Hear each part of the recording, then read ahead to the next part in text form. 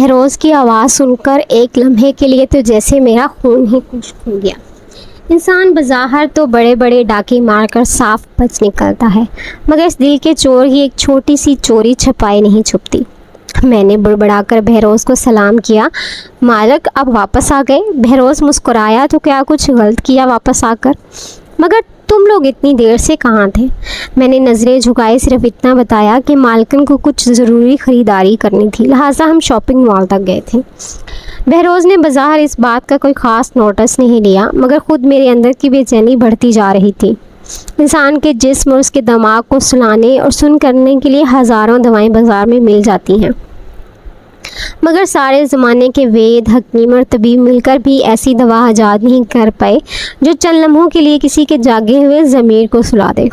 بہروز کے گھر واپس لوٹنے کے بعد لیلا نے باہر نکلنا کم کر دیا۔ اب وہ 3-4 دن بعد گھنٹے 2 گھنٹے کے لیے باہر گھوم آیا کرتی اور زیادہ تر گھر میں رہتی تھی۔ ان دنوں میں مجھے مارتھا سے پیانو سیکھنے کا بھرپور وقت ملا اور مہینے بھر میں ہی میری انگلیاں پیانو پر خوب چلنے لگیں۔ خود مارتھا بھی میری اس تیز پیش رفت اور لگن سے بہت خوش تھی۔ ایک شام میں تنہا بیٹھا پیانو پر کسی نئی دھن کی مشق کرتے ہوئے اپنے آپ میں اس قدر مگن ہو گیا کہ مجھے انیکسی کے دروازے سے اندر ہال تک آتے قدموں کی چاپ بھی سنائی نہ دی، اور میں اس وقت چونکا جب پس منظر میں بہروز کریم کی بھاری آواز آئی۔ اچھا بجا لیتے ہو۔ میں گھبرا کر چونک سا گیا اور جلدی سے کھڑا ہو گیا۔ معاف کیجیے، مجھے آپ کے آنے کا پتہ نہیں چلا۔ بہروز نے غور سے میری طرف دیکھا۔ انسان کو اپنے اندر اتنا مگن نہیں ہونا چاہیے کہ اسے اپنی ہی طرف بڑھنے والے قدموں کی چاپ بھی سنائی نہ دے، آنے والا دشمن بھی ہو سکتا ہے۔ میں نے دوبارہ بہروز سے معذرت کی۔ اس نے آگے بڑھ کر پیانو کی بے داغ سطح پر ہاتھ پھیر کر اسے غور سے دیکھا۔ مجھے صبا نے بتایا تھا کہ اس نے انیکسی میں پیانو رکھوا دیا ہے۔ تم نے بہت تھوڑی مدت میں اپنی مالکن کا اعتبار جیت لیا۔ حالانکہ لیلا صبا جیسی عورت کے خیالات اپنے حق میں بدلنا بہت مشکل کام ہے۔ ایسا کیا جادو ہے تمہارے پاس فریزات؟ کبھی ہمیں بھی تو بتاؤ۔ میں نے چونک کر بہروز کی طرف دیکھا، مگر اس کے چہرے پر حسب معمول کوئی مثبت یا منفی تاثر نہیں تھا۔ میں نے کہیں پڑھا تھا کہ ایسے بے تاثر چہرے والے بہت غیر متوقع شخصیت کے مالک ہوتے ہیں۔ میں چپ رہا۔ بہروز چند ضروری ہدایات دے کر واپس پلٹ گیا۔ اگلے ہفتے کی ابتدا سے ہی محل کی نئی سجاوٹ اور تزئین شروع ہو گئی۔ پتہ چلا کہ 2 دن بعد لیلا صبا کی سالگرہ ہے اور بہروز پچھلے سال کی طرح اسے دھوم دھام سے منانا چاہتا ہے۔ لیلا بھی انتہائی خوش دکھائی دیتی تھی، مگر نہ جانے کیوں مجھے لیلا کے اس کھلے ہوئے چہرے کے پیچھے کبھی کبھی ایک بڑی گہری اداسی چھپائی دکھائی دیتی تھی۔ شاید بہت زیادہ خوشی اور اطمینان بھی اپنے ساتھ ایک نامعلوم سی اداسی لے کر وارد ہوتے ہیں، یا پھر ساری بات توازن کی ہے۔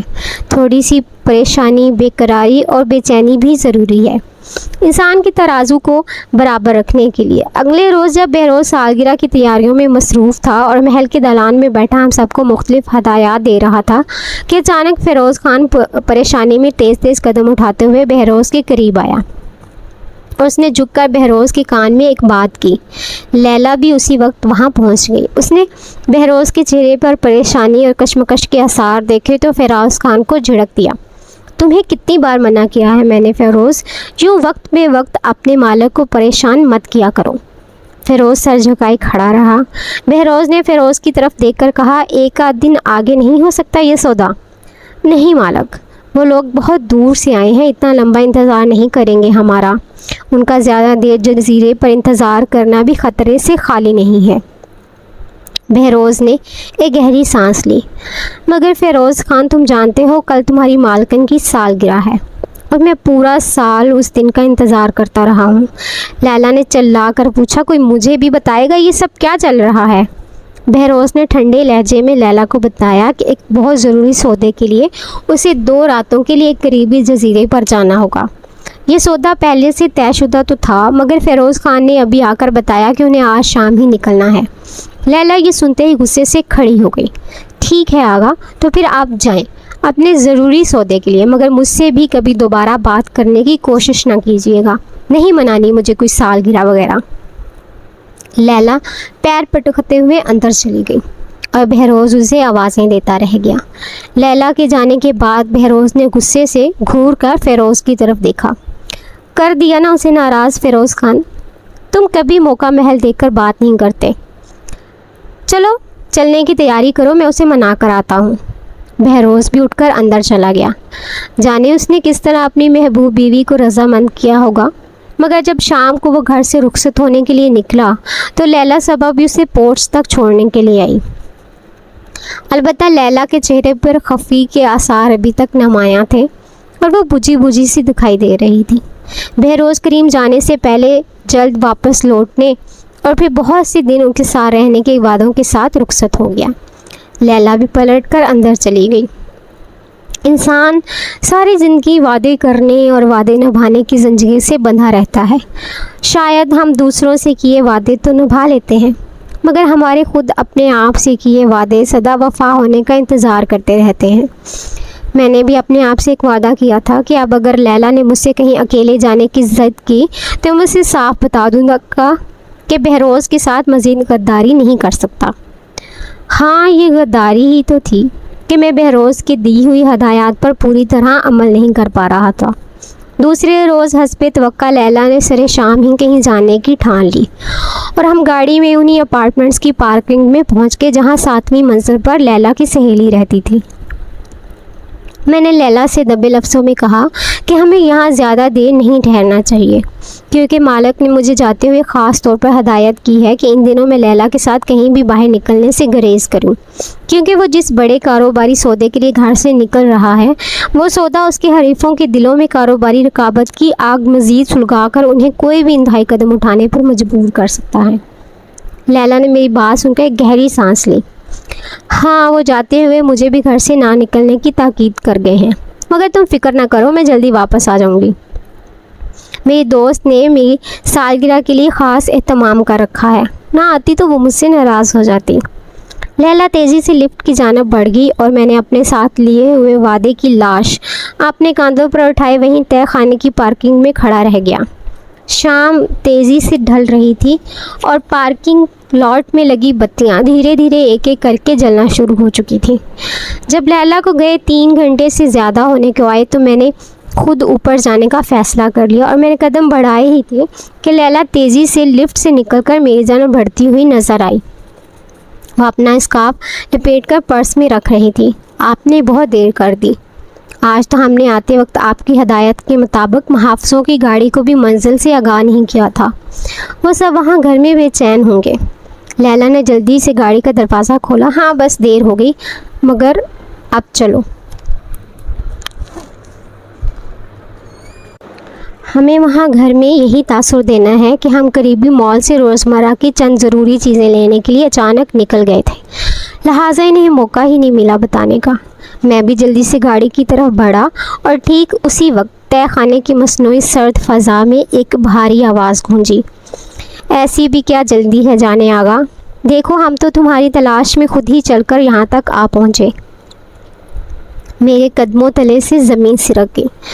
دور اندھیرے میں ایک ستون کی آن میں کھڑی گاڑی سے بہروز کریم اور فیروز خان آ کر ہماری جانب بڑھتے ہوئے دکھائی دیے۔ پس منظر میں ہمارے محافظوں کی وہ جیپ بھی نظر آئی جسے میں اور لیلا اپنی دانست میں چکما دے کر گھر میں ہی چھوڑ آئے تھے۔ لیلا کے چہرے کا رنگ بھی پل بھر میں زرد پڑ گیا اور میں نے اس کے جسم میں باقاعدہ کانپنے جیسی لرزش دیکھی۔ بہروز نے لیلا کے قریب پہنچ کر پیار سے اس کے ٹھوڑی اٹھا کر لیلا کا جھکا ہوا چہرہ بلند کیا۔ کیا بات ہوئی جانے آگا، میرے منع کرنے کے باوجود تم گھر سے نکل آئیں؟ کیا کوئی نئی سہیلی بنا لی ہے تم نے یہاں؟ ہمیں بھی تو اس سے ملواؤ جس کے پیار میں اتنی کشش ہے کہ تم اپنے محبوب آغا کے حکم کا مان بھی نہ رکھ پائیں۔ لیلا نے جلدی سے جھک کر بہروز کے پاؤں پکڑ لیے۔ معاف کر دے مجھے آغا، بڑی بھول ہو گئی مجھ سے، مجھے واقعی گھر سے باہر نہیں نکلنا چاہیے تھا، مگر میں کسی کی باتوں کے بہکاوے میں آ گئی تھی، آئندہ ایسی غلطی کبھی نہیں ہوگی۔ بہروز کا چہرہ اب بھی سپاٹ تھا۔ میں تمہیں تو معاف کر دوں گا جانے آغا، مگر اسے کبھی معاف نہیں کروں گا جس نے تمہیں بہکا کر گھر سے نکالا اور میری حکم عدولی کی۔ بتاؤ کون ہے وہ بد نصیب؟ لیلا نے اپنا آنسوؤں سے بھیگا چہرہ اٹھایا۔ کہا نہ آغا، بڑی غلطی ہو گئی، میں گھر میں بیٹھے بیٹھے اوب گئی تھی اس لیے یہاں چلی آئی۔ یہاں ٹاپ فلور پر ایک بہت اچھا ریسٹوران ہے، سوچا کافی پی کر دل بہلا لوں گی، اور مجھے اس بات کا بہت افسوس ہے۔ بہروز نے دوبارہ سختی سے پوچھا، کون ہے وہ جس نے تمہیں یہاں آنے پر مجبور کیا؟ لیلا دھیرے دھیرے کھڑی ہو گئی اور اس نے اپنی انگلی میری جانب اٹھا دی۔ یہ پری ذات یہی مجھے اس طرح کی الٹی سیدھی پٹیاں پڑھاتا رہتا تھا کہ یہ میری زندگی اپنی ہے، مجھے اسے اپنی مرضی سے جینا چاہیے، میں کوئی پنجرے میں قیدی تو نہیں ہوں کہ ہر لمحہ گھٹ گھٹ کر جیوں۔ لیلا چیخ چیخ کر مجھ پر الزام لگاتی رہی، اور تو میں تو جیسے پل بھر میں ہی اپنے حواس کھو بیٹھا، مجھ سے کچھ کہا ہی نہیں گیا۔ ایک لمحے کو میری نظر سے لیلا سے نظر ملی اور مجھے لگا کہ میرے سامنے لیلا نہیں ناہید کھڑی ہے، اور ہم دبئی میں نہیں میرے پرانے محلے میں کھڑے ہیں۔ بہروز کریم نے اطمینان سے لیلا کی بات سنی اور میری طرف پلٹا۔ اچھا تو یہ ہے وہ نمک حرام، اس سے مجھے ایسی امید ہرگز نہ تھی، مگر جانے آگا تمہیں تو کچھ خیال کرنا چاہیے تھا نا۔ اگر اس کی نیت میں کوئی فطور پیدا ہو جاتا اور میرے دشمنوں کے ساتھ مل کر یہ تمہیں کوئی نقصان پہنچا دیتا تو سوچو پھر میرا کیا ہوتا۔ تمہیں غلام کی باتوں میں نہیں آنا چاہیے تھا۔ لیلا روتے ہوئے گڑ گڑائی، آپ بالکل ٹھیک کہہ رہے ہیں آغا، اس پری ذات نے اپنے ذرا سے فائدے کے لیے مجھے میری راہ سے بھٹکا دیا، میری ہمدردی حاصل کرنے کے لیے میرے دل میں بغاوت کی چنگاری کو بھڑکا دیا تھا۔ اس نے، آپ تو جانتے ہیں میں آپ کے بنا کتنا تنہا پڑ جاتی ہوں، یہ ضرور مجھے کوئی نقصان پہنچانا چاہتا ہوگا، تبھی مجھے اکیلے گھر سے نکلنے پر اکساتا رہتا تھا۔ اچھا ہوا آپ لوگ ٹھیک وقت پر یہاں پہنچ گئے۔ میں حیرت سے گنگ اور اپنی جگہ جمع کھڑا لیلا کی یہ ساری خرافات سنتا رہا۔ بہروز دھیرے دھیرے چلتے ہوئے میرے قریب آیا اور اس کی آنکھیں میری آنکھوں میں گڑ گئی۔ تم بتاؤ پری ذات، کیا لیلا ٹھیک کہہ رہی ہے؟ اور کوئی بھی جواب دینے سے قبل اتنا ضرور سوچ لینا کہ بہروز کریم کی عدالت میں غداری کی صرف ایک سزا مقرر ہے، سزائے موت۔ میں نے ایک پل کے لیے نظر اٹھا کر لیلا کی طرف دیکھا، وہ لا تعلق سی کھڑی تھی۔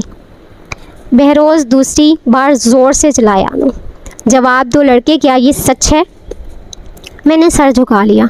جی ہاں مالکن، جو کہہ رہی ہیں سچ کہہ رہی ہیں، میں ہی انہیں بہانے سے گھر سے باہر لے کر آیا تھا۔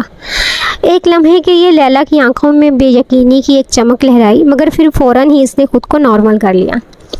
بہروز کریم نے سرسراتی آواز میں مجھ سے پوچھا، کوئی آخری خواہش ہو تو بتا دو، تمہاری گنتی کی چند سانسیں باقی رہ گئی ہیں۔ میں نے بہروز کی طرف دیکھا۔ جی مالک، بس ایک آخری خواہش ہے، مجھے مارنے کے بعد میرا چہرہ مسخ کر دیجیے گا۔ میں نے یہ زندگی تو جیسے تیسے اس چہرے کے ساتھ گزار لی، مگر میں قبر میں اس شناخت کے ساتھ ہرگز نہیں جانا چاہتا۔ بہروز کچھ دیر تک میری طرف دیکھتا رہا۔ مجھے اس کے لہجے میں پہلی بار اپنے لیے غصے سے زیادہ افسوس کا عزم محسوس ہوا۔ جانتے ہو مرد کی بربادی کا آغاز کہاں سے ہوتا ہے؟ ٹھیک اس لمحے جب وہ اپنے دل کے فیصلوں پر عمل کرنا شروع کر دیتا ہے۔ میری طرح تم نے بھی خود کو اس عورت کی خاطر برباد کر لیا پری ذات، برا کیا، بہت برا کیا تم نے۔ بہروز پلٹا اور زور سے چلایا، اسے لے آؤ فیروز خان۔ بہروز کی آواز اس ویران تہ خانے کی پارکنگ میں گونج کر رہ گئی۔ اس روز مجھے پہلی بار احساس ہوا کہ لیلا خاص طور پر اس پارکنگ میں گاڑی کیوں لگواتی تھی، کیونکہ یہ پارکنگ تقریباً متروک ہو چکی تھی اور اپارٹمنٹ والے اپنی چھت پر بنی نئی پارکنگ کا استعمال کرتے تھے، لہٰذا یہاں کسی کا آنا جانا نہیں تھا۔ اس لیے لیلا کی گاڑی گھنٹوں یہاں کھڑی رہتی، تب بھی کسی کے متوجہ ہونے کا امکان ذرا کم ہی تھا۔ مگر آج وہی ویرانی اور تنہائی اس پارکنگ میں ہمارے لیے وبال جان بن گئی تھی۔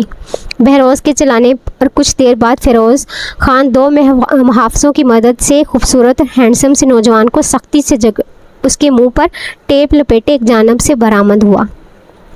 میں نے اسے حیرت سے دیکھا، کیونکہ آج سے پہلے میری اس سے کبھی ملاقات نہیں ہوئی تھی، مگر لیلا کے جسم سے تو جیسے خون کا آخری قطرہ بھی نچڑ گیا۔ وہ خوف زدہ انداز میں زور سے چلائی، نہیں آغا نہیں، اس میں ولید کا کوئی قصور نہیں، بخش دیں اسے۔ لیلا دوڑتی ہوئی بہروز کے قدموں سے لپٹ گئی۔ بہروز نے کسی اندیکھی اذیت کے احساس سے اپنی آنکھیں زور سے میچ لیں اور دھیرے سے یوں بڑبڑایا جیسے خود کلامی کر رہا ہو۔ کیوں جانے آغا، کیوں؟ کس چیز کی کمی تھی تمہیں کیا نہیں دیا میں نے تمہیں؟ پیار، محبت، عیش آرام، دولت، جائیداد، رتبہ، عزت، آخر کس چیز کی کمی تھی میرے پاس تمہیں؟ لیلا زاروں قطار رو رہی تھی اور وہ اجنبی نوجوان بہزاد کے محافظوں کے شکنجے میں تڑپ رہا تھا۔ بہزاد نے لڑکے کی طرف دیکھا۔ یہ وہی ہے نا تمہارا گزشتہ منگیتر، استنبول والا ولید؟ لیلا تڑپ کر آگے بڑھی۔ ہاں آغا، یہ وہی ہے۔ اسے میری محبت یہاں کھینچ لائی۔ یہ سچ ہے کہ آپ نے مجھے سب کچھ دیا، پر میں اپنی پہلی محبت کبھی بھلا نہیں پائی۔ معاف کر دیں ہم دونوں کو، میں آپ سے منت کرتی ہوں، کم از کم اسے جانے دیں۔ بہروز نے کرب سے اپنی مٹھیاں بھینج لیں۔ رقیب کو سامنے زندہ دیکھنے سے زیادہ اذیت ناک اس کے لیے اپنے محبوب کی زبان سے تعریف سننا ہوتا ہے۔ بہروز نے لیلا کی طرف دیکھا۔ واہ اے عورت واہ، ساری کائنات کے سربستہ راز ایک جانب اور تیرے من کا گورکھ دھندا ایک طرف، تجھے سمجھنا کسی کے بس کی بات نہیں۔ بہروز ایک جھٹکے سے فیروز کی طرف مڑا۔ میں نے تم سے کہا تھا نا فیروز خان، ہمارے پیچھے کچھ چکر چل رہا ہے، اب دیکھ لیا اپنی آنکھوں سے۔ فیروز خان نے سر جھکا لیا۔ اب مجھے بہروز کی منصوبہ بندی سمجھ میں آ رہی تھی۔ اس نے جان بوجھ کر مجھے لیلا کی نگرانی پر رکھا تھا، کیونکہ وہ جانتا تھا کہ لیلا صبا میری نگرانی میں غیر محتاط ہو جائے گی۔ اس کی سالگرہ والے دن جزیرے پر جانے کا پروگرام بھی ساری ڈرامے بازی تھی۔ وہ کبھی شہر سے باہر گیا ہی نہیں تھا۔ اسے بہت پہلے سے لیلا کی بے وفائی کا علم تھا۔ وہ بس لیلا کو رنگے ہاتھوں پکڑنا چاہتا تھا۔ سب مہرے بہروز نے بہت ناپ تول کر چنے تھے۔ ساری بساتی بہروز کی اپنی بچھائی ہوئی تھی اور بازی بھی اسی کے ہاتھ میں تھی۔ بہروز نے کھوئی کھوئی آنکھوں سے فیروز خان کی طرف دیکھا۔ مجھے لیلا صبا بہت پیاری ہے فیروز، بہت ٹوٹ کر محبت کی ہے میں نے لیلا سے۔ دھیان رہے اسے مرتے وقت زیادہ تکلیف نہ ہو، اور ولید چونکہ میرے محبوب کا محبوب ہے، لہٰذا اس کی موت بھی اس کے لیے کسی اعزاز سے کم نہیں ہونی چاہیے۔ آخر یہ بہروز کریم کا رقیب ہے، اگر یہ عام لچے لفنگے عاشقوں کی طرح مارا گیا تو یہ اس کے ساتھ بڑی زیادتی ہو گئی۔ لے جاؤ ان دونوں کو، لیلا زور سے چلائی۔ نہیں آغا نہیں، فیروز نے محافظوں کو اشارہ کیا۔ انہوں نے لڑکے اور لیلا کو لے جانے کے لیے کھینچا۔ بہروز دھیرے سے بڑبڑایا۔ عشق بڑا ظالم ہوتا ہے، جان کا صدقہ لیے بنا کہاں ٹلتا ہے۔ اب مجھ سے صبر نہیں ہو سکا اور میں جلدی سے بہروز کی طرف بڑھا۔ انہیں معاف کر دے مالک، ان کا قصور بہت بڑا ہے، مگر آپ رحم کریں۔ میری بات پوری ہونے سے پہلے ہی میرے سر پر کسی محافظ کی خودکار مشین گن کا دستہ پوری قوت کے ساتھ ٹکرایا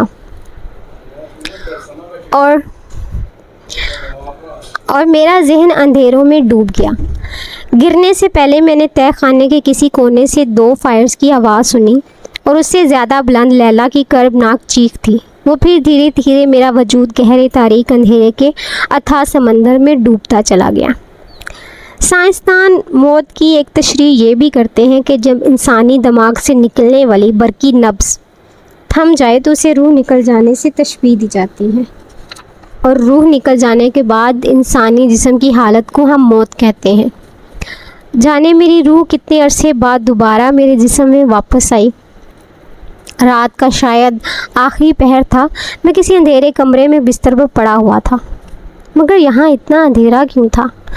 ضرور بہروز نے ان دونوں کے ساتھ مجھے بھی ختم کر دیا تھا، اور اب میں کمرے میں نہیں کسی قبر میں دفنایا جا چکا ہوں۔ ٹھیک ہی کیا بہروز نے، زندگی کے کسی امتحان میں بھی پورا نہیں اتر پایا تھا میں۔ چلو جو ہوا اچھا ہوا، قصہ تمام ہوا۔ شجر تو تھے ہی نہیں راستے میں، کیا کرتے؟ خود اپنے سائے میں چل کر سفر تمام کیا، مگر میرا سفر ابھی کچھ باقی تھا۔ اچانک کمرے میں تیز روشنی ہوگی اور کسی نے دھیرے سے میرا نام پکارا۔ پریزاد، ہوش میں آؤ، تمہارے پاس زیادہ وقت نہیں ہے۔